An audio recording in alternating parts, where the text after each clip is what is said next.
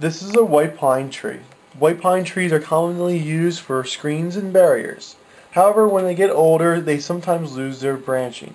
And when you have heavy snow load and ice load, the branches can break, leaving lots of branches on the ground.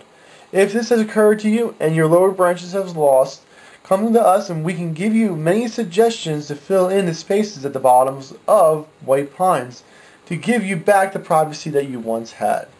White pines are a great tree, but they do have their problems. Sometimes spruces do not have the same problems as pines because their branches are just a little bit stronger. But many times people have already planted a white pine, and that's the animal that it is. It likes to grow up and become a tree form where there's no lower branching to it.